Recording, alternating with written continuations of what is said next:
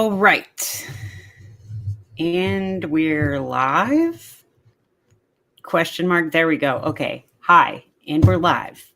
Welcome back to another episode of Today's Weather Tonight. Here, as always, I am your comedian / meteorologist, Cloud Hudson. I'll be bringing you all of tonight's top vibe stories. So let's get started. I wasn't able to do a show yesterday. I've been trying to get my sleep schedule back on track, so y'all will have to bear with me as I muscle my way through waking up earlier. We'll figure it out. Okay. Let's start by talking about this headline. Fun one. Okay. Massive subterranean ocean found. Maybe 3 times more water than Earth's surface oceans combined. What they found was that there is a mineral called ringwoodite that locks away water inside its crystalline structure. And this is underground and soaks up water like a sponge and could be holding a lot of water. This was found by studying seismic waves going through the earth, that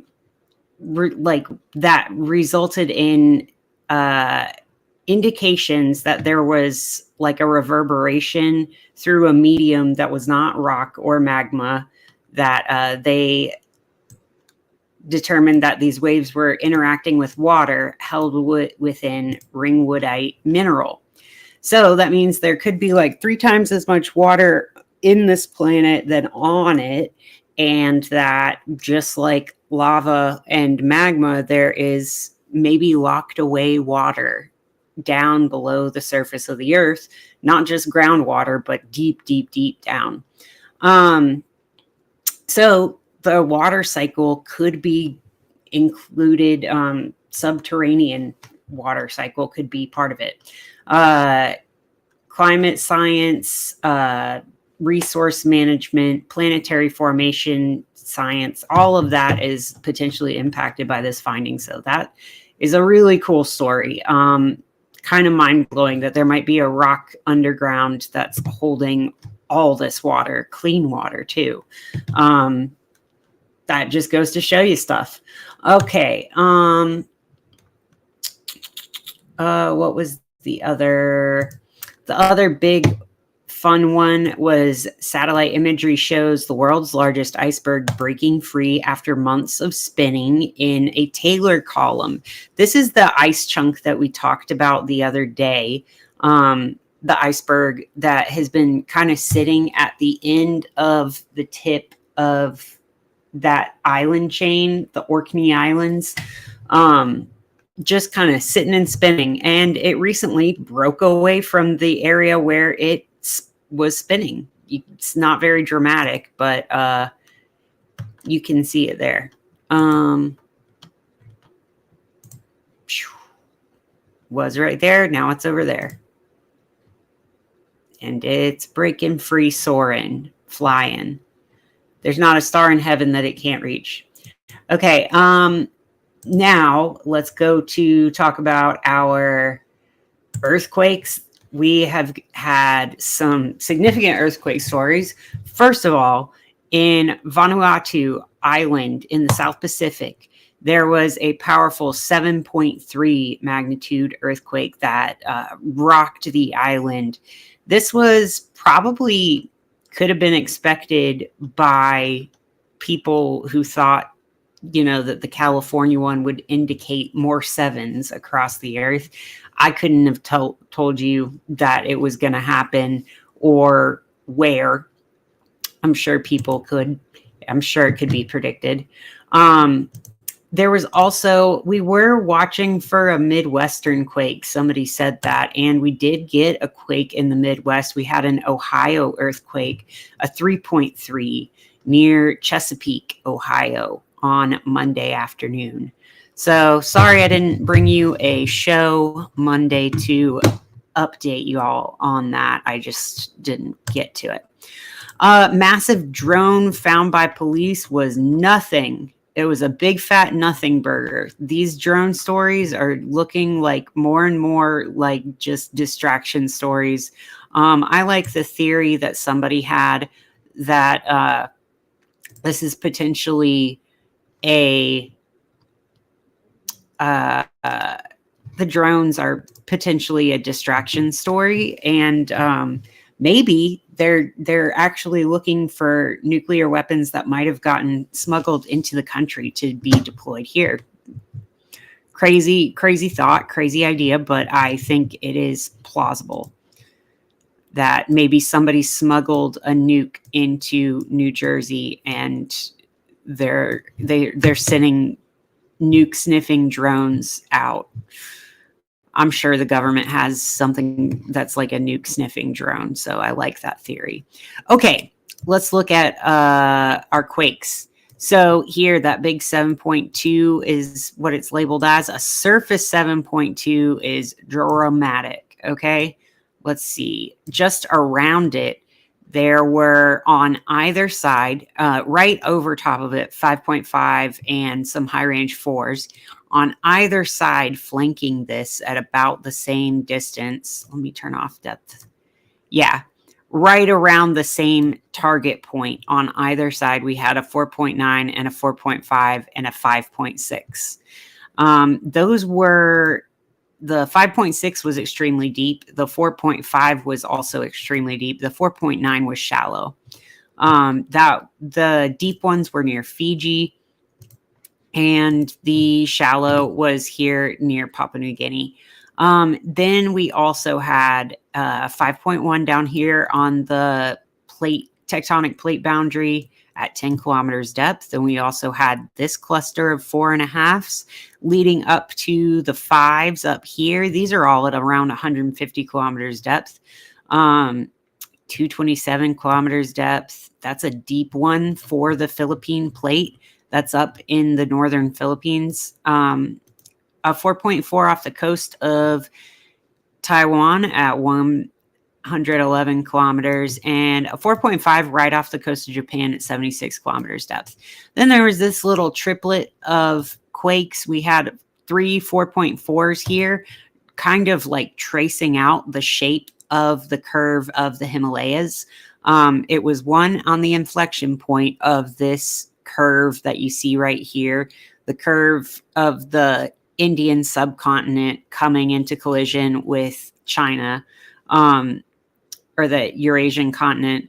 Then kind of at the point of that, there was a 4.4, and at the other point, there was a 4.4. Then let's move to the mid-Atlantic, where we got 4.8 at 10 kilometers depth today. And earlier we had 5.2 and another 5.2 at 10 kilometers depth. These kind of like stacked right on top of each other and at the same depth is quite interesting. I wonder, this 5.3 out here also at 10 kilometers depth. Then we had a stack of quakes here that looked pretty serious in like coastal Chile and northern Argentina. That's at 58, 113, and 57 kilometers depth. 214 was the deepest one there. And then there were also, I'm just going through 4s and above, guys, at this point. I'm not even showing you the small quakes. 4.3 here and a 5.3 here, both at 10 kilometers depth. Nothing in the 4s and ups here, but we had 4.5 on the Adak, Alaska island right there. Then as we add in our 3s, we see even more activity. Let me go back to the day that Ohio. Yeah, there's the Ohio quake. So that was at 23 kilometers depth and a 3.2 in magnitude. And as we went back a little further, we saw more aftershocks in the spot where there was that 7 last week, the 5.1 at 0 kilometers being where that aftershock center is. We also saw another 5 up here on the Kamchatka Peninsula. Just 5s littered everywhere you go. Pretty much the entire Western Pacific plate boundary, this whole ring of fire has had some sort of activity in the past few days. So as we go back, let's start most recent, then we fire back. You can see the way that they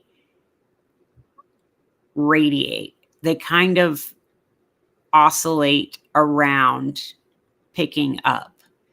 There's a slight pattern to it. It's not completely random. There's so many that we could be talking about, but I don't have time to go through all of them. There's a 4.2 over here in Greece.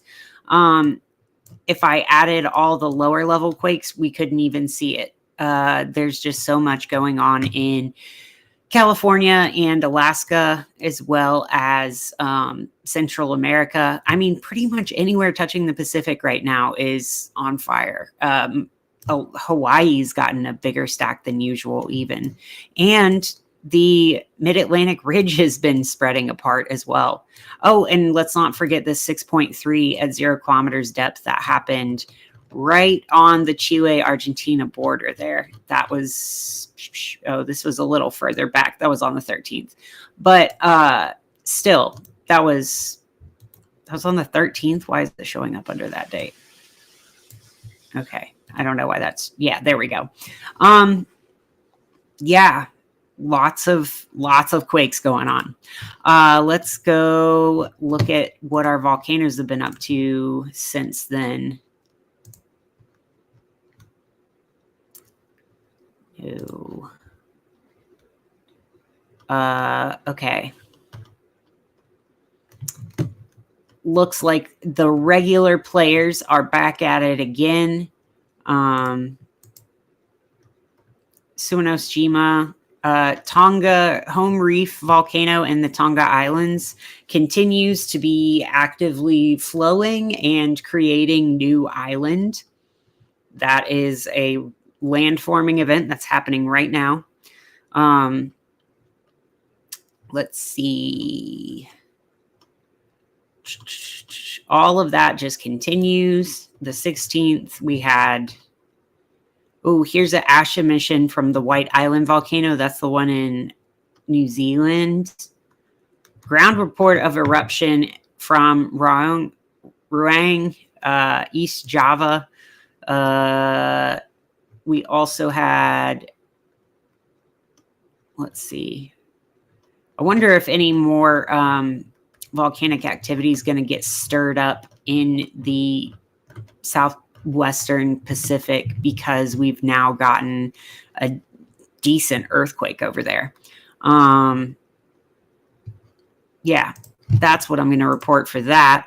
Let's go now to our atmosphere, because we've got, currently I'm showing upper level water vapor so that we can see our ridges and troughs pretty well, like a good overview of the upper level airflow, where you've got ridges having these warmer, moister air masses and the troughs being colder and drier, but the inflection point of the U shape of the trough is where the big storms form. And that's kind of what we're seeing here. There will also be a jet streak here. Right entrance, left exit is where you're looking for the biggest storms. And you can see that forming right now. You can see the big storms forming right here between Paris, Texas, Little Rock, Fayetteville, Arkansas, and West Plains, Missouri. Flash flooding possible because we're looking at localized totals of 2 to 3 inches with a rate of 1.5 inches per hour. So increasingly saturated dormant soil conditions may result in increased localized runoff and low-end flash flooding. So basically the grass is asleep and it can't drink more water while it's asleep. And so it's already been raining a lot in the plains. Hence, there's probably going to be some flash flooding with this rapid onset of a couple inches of water. Now we got special weather statements. It looks like the kind that'll be for, yeah, gusts up to 40 miles per hour. So if we were looking at let's say this, if we were looking at this in July, this would be a severe weather event. But currently, I mean, it doesn't look weak, you know, it doesn't look all that tepid, doesn't look timid or tepid or tame. There's a lot of nasty, this is a nasty squall line coming through here. You see it's perpendicular to the axis of the trough. It's kind of ramping off parallel to this stationary front, and really looks like it's that feeding in between the trough and the ridge. It's just getting spun all to shit. Lots of convection. Let's look at a local radar. Right in the middle of Fort Smith. Let's look at this one. Whoo, buddy. Don't that look nasty? That looks nasty.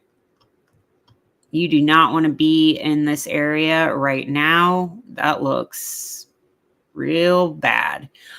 Fortunately, the whole storm is translating a little bit to the east, which means it's not going in exactly the same direction as the orientation of like the slope here. The slope of the storm isn't the same as the direction of the storm propagation, so it won't be too much of a flood maker, but it will be a decent rain producer here. Probably some flash flooding going on right now. Let's look at what else is going on. The rest of the storm is up here in the Little Egypt area, the New Madrid seismic zone area. Let's see, what else do we call this? Western Kentucky, Southern Indiana, and Illinois. We've got some convection going on, really sliding down the backside, sliding across the Ohio River right there. Just kind of translating this big C shape across the sky, backwards L shape or something. Up here, we've got colder air masses, so it's not wanting to convect into some nice storm clouds as well. There's just not as much available energy for that free convection. So unlike down here where we're getting some healthier storms like you would see in spring or fall, up here it's looking more like wintertime storms. Wintertime cloud shapes. Now over here on the Pacific Northwest coast, we've got a big old sling of showers about to rock through the Seattle, Victoria area. Looks like it's gonna really be slamming into the Vancouver area. Well, Victoria first, then Vancouver's gonna get it. Forks, Washington, also getting pounded here. But this is a nice little curve, a nice little center of circulation that looks like it wants to form, but don't think it is circulating around that. It doesn't look like we're actually circulating. It's just like a circle. Okay, so that's interesting. I would expect that to move on shore and probably be a nasty storm. Let's see if any of it's winter weather. Yeah, it's not winter weather until we get into the higher elevations further inland in the mountainous regions. But I think that they've had their fair share of nasty mixed precipitation, and they'd probably be happy to see just regular rain or regular snow at this point. And yeah, right here where I was talking about this looking like a winter storm, this is where we're seeing snow indicated. Now let's see, what did I want to look at on satellite? Mid-level water vapor.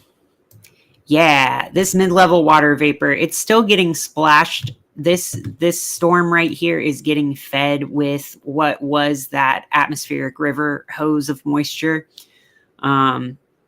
It's just now coming up into the armpit of the Pacific Northwest, coming down the Rocky Mountains in this big old trough that is powering the convective system down here just east of Oklahoma City.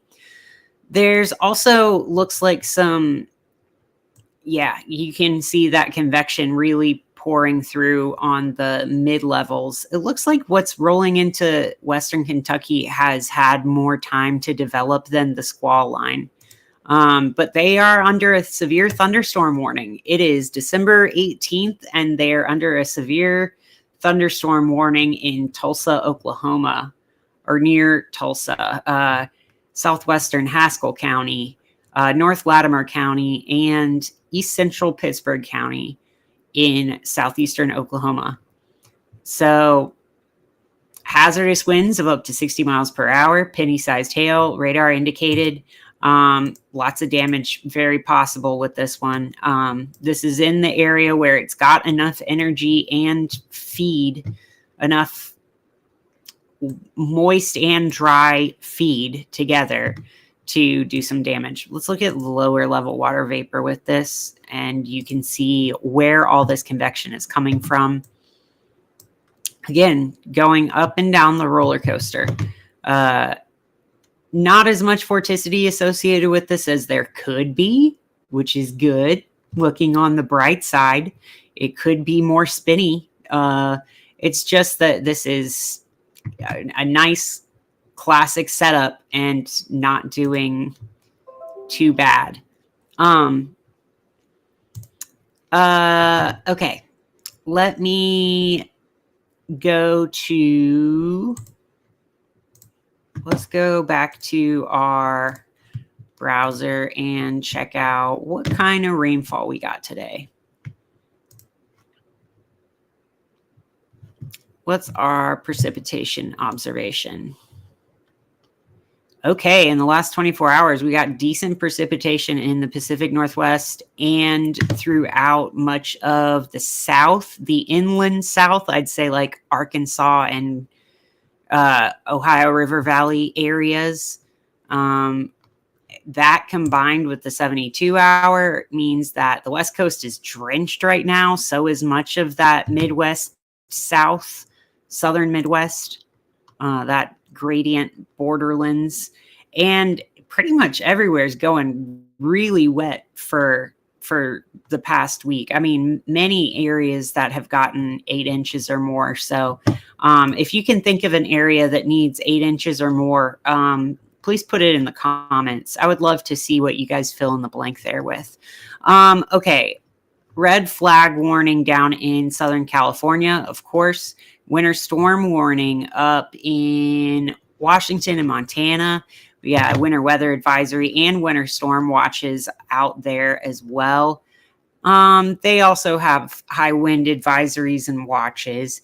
Dense fog warnings dense fog advisories are all throughout the Gulf Coast and the Atlantic Coast, also in Tennessee, Alabama, and central Arkansas. I'm sure that's a spooky night out there in southeastern Oklahoma and central Arkansas, where it's starting out as a foggy night and turning into summertime type thunderstorms.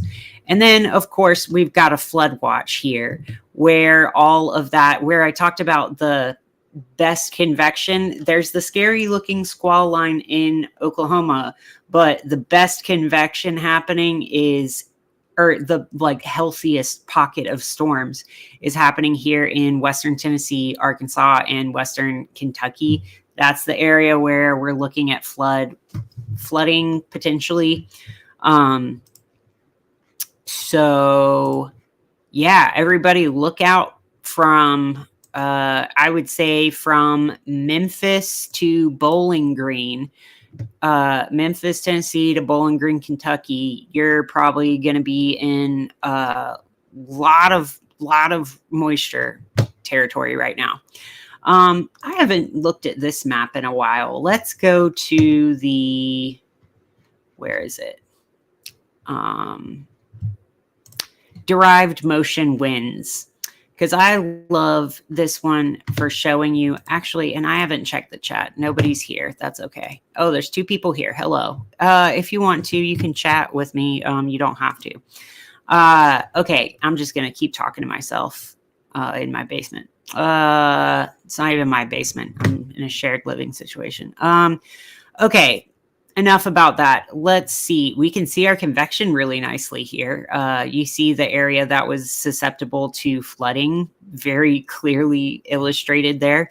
You can see the upper level winds are slightly more southeast in their heading than the lower level winds. So that means that we have some veering as we go here.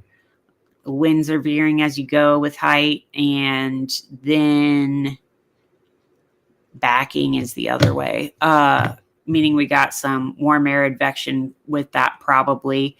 And if you look at the moisture just pouring off of the coast, you can see how foggy it must be. You can see the fog cropping up overnight here in the Gulf and coastal regions. You can also see this huge, oh my God, that's a nasty looking storm. Look at this big spirally boy off the coast of Washington. That's scary looking. I hope it doesn't come into the United States, but it is setting up the weather pattern for the next week. That's where the forecasting really begins, is what's happening on that coast. So we're in for a real doozy. You can see as the air comes down the Rockies, it doesn't really have much vertical room to do anything, but as it goes over the very well-soaked plains that are being fed by this mid-level moisture, this yellow barbs is the yellow and cyan is the lower and mid-level moisture. That's coming from the warmer, moister Gulf of Mexico, mixing with the streak in the jet stream, like the peak of the jet stream, really resulting in this convection. Okay, now let's do what next? Let's go to our Schumann resonances. And we will see that it's been pretty quiet for the past 2 days, relatively quiet. This is pretty loud for any random day, but after all of this heavy energy downloads on the 15th, this was 16th was moderately active, and then the 17th we're starting to get more of that vocal pattern looking stuff again, which is really interesting. It's all showing up in like a lower shifted mode 1 and 2 though, so it's not even that high frequency, really getting into the low modes right now. Next, let's take a look at our magnetosphere, because we did have some impacts of space weather occur in the past day. Let's see. Had some solar storming come in for sure. So this was, let's go back to 18. This is just over the past few hours. We had a decent wave come in, some aftershocks. Looks like we got pretty low velocities here. Okay, yeah, there's that ripple effect there. Let's look at the density. Woo, buddy. Those waves of higher plasma density just keep coming on. And you can see there's like a really heavy, dense plasma ring around the Earth. Let's see next. Next is our pressure. Let's see if there was any kind of yeah, you can see the lens bouncing, reverberating. Oh, and then pretty quiet, pretty quiet. That is not to say that we didn't have active solar conditions, though. We did have. Okay, let's see. Check out our latest SDO AIA imagery. Wait, you can't look at SDO imagery.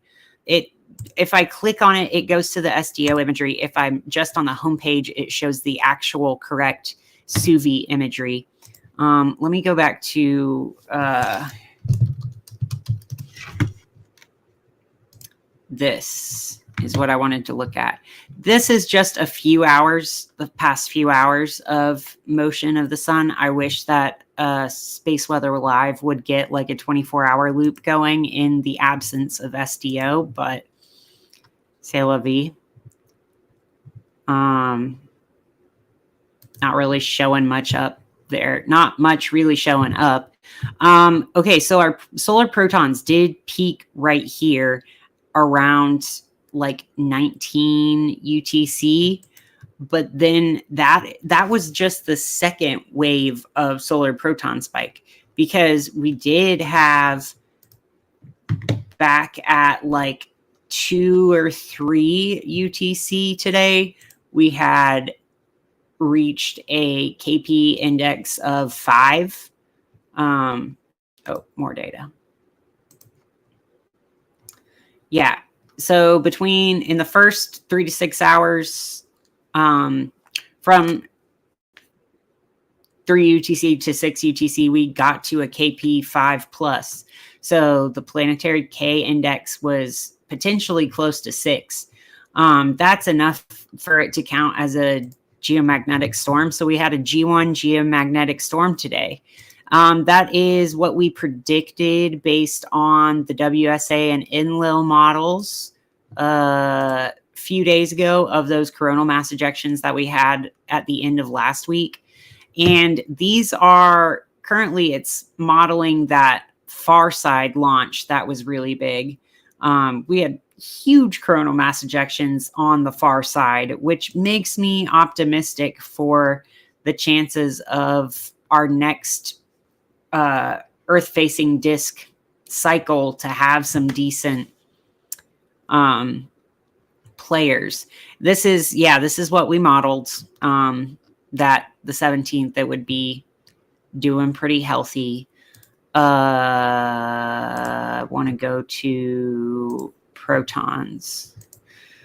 Okay, this is where we started to see our protons coming in. I thought it was really interesting that they didn't spike until like 12 hours later.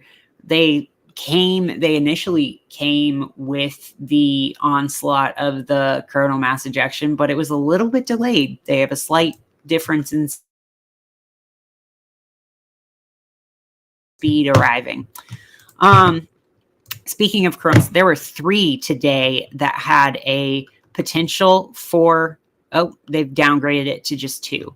There were 2 that had a potential full halo. They were type 2. These might have been far side imagery as well, though. I can't quite tell. It looks like it might have come from that far side sunspot region, because that's a really good one. That's a healthy one. That's a really healthy looking one. There were only 4 yesterday, but we're still waiting on this one from the 15th to get to us, or this one from the 15th. And I still don't have model imagery for that. I only have one model that goes into that. So next, solar flares. Let's check it out. We didn't have that strong of a solar flare today, 3, and that was it. Everything else has been in C-class territory since then. Let's go to our planetary weather. You guys still with me? Everybody still here? Yes, my two viewers holding strong. Love you guys. Okay.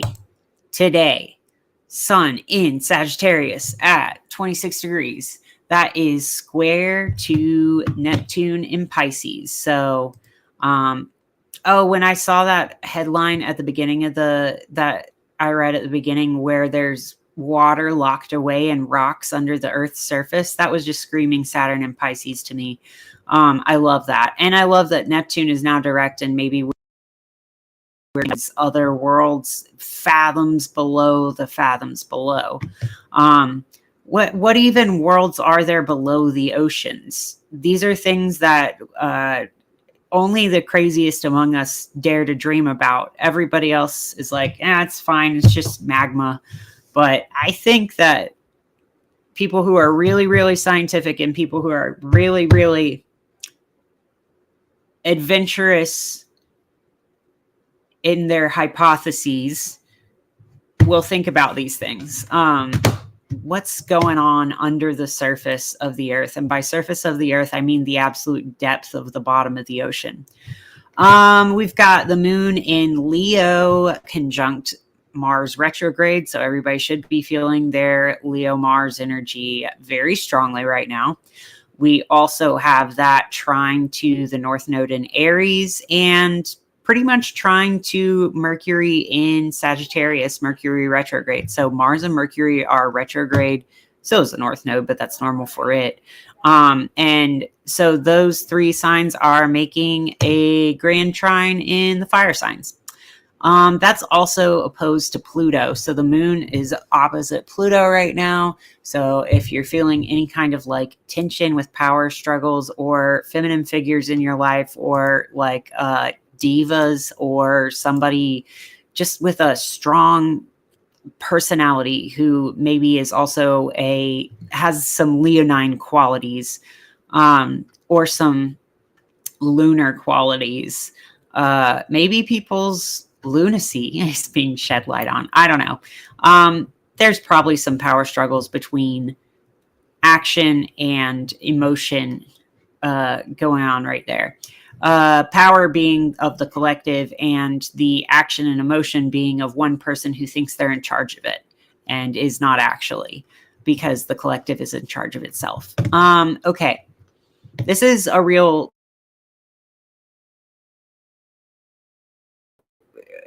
ain't that a kick in the head? Mars retrograde transit, I think. Okay.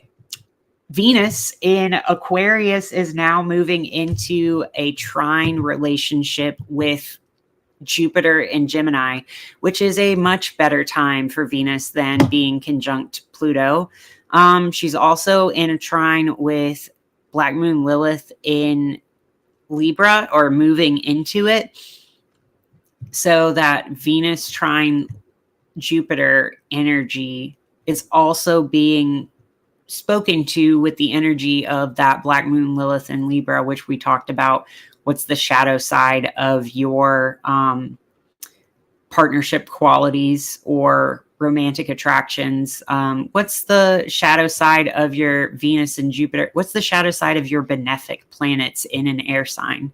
Of your social life, of the way that you talk to people, the way you exchange information and like love and care and support, just ideas of being there for each other.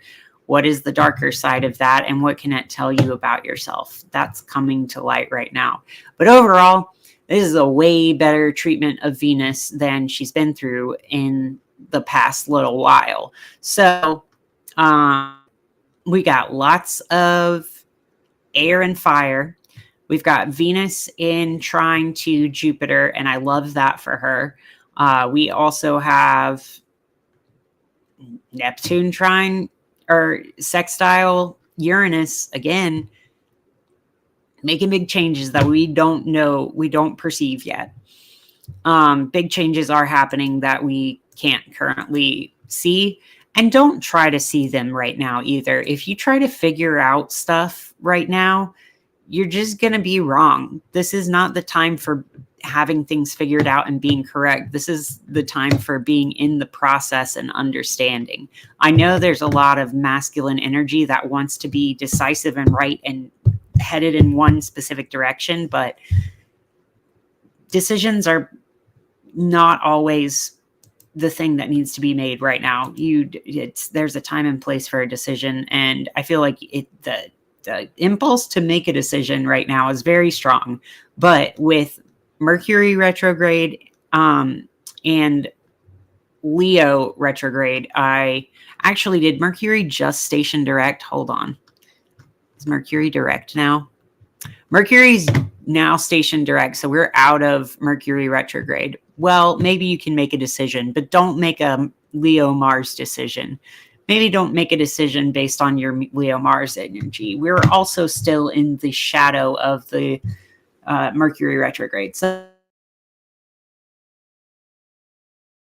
at least that's over, but still be a little bit of a diva. Okay. Let's go to, oh, have I been slouching out of the camera view? Whoops. Okay. Let's get a little vibe check.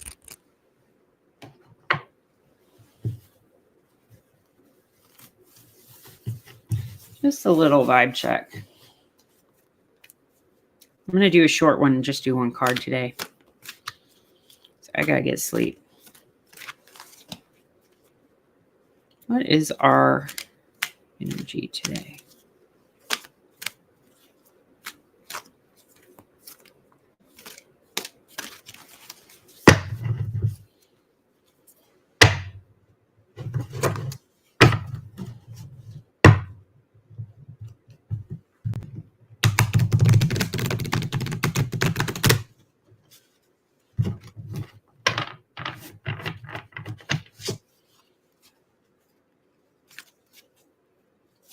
Okay.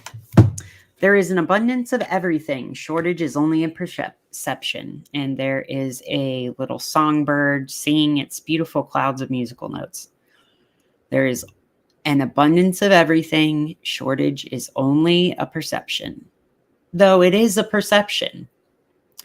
You keep thinking there is a shortage of abundance, but shortage is only a perception. There is a never-ending stream of abundance. There is no shortage whatsoever. Reality check. So, that's it for tonight. I'll see y'all tomorrow. Love you. Bye.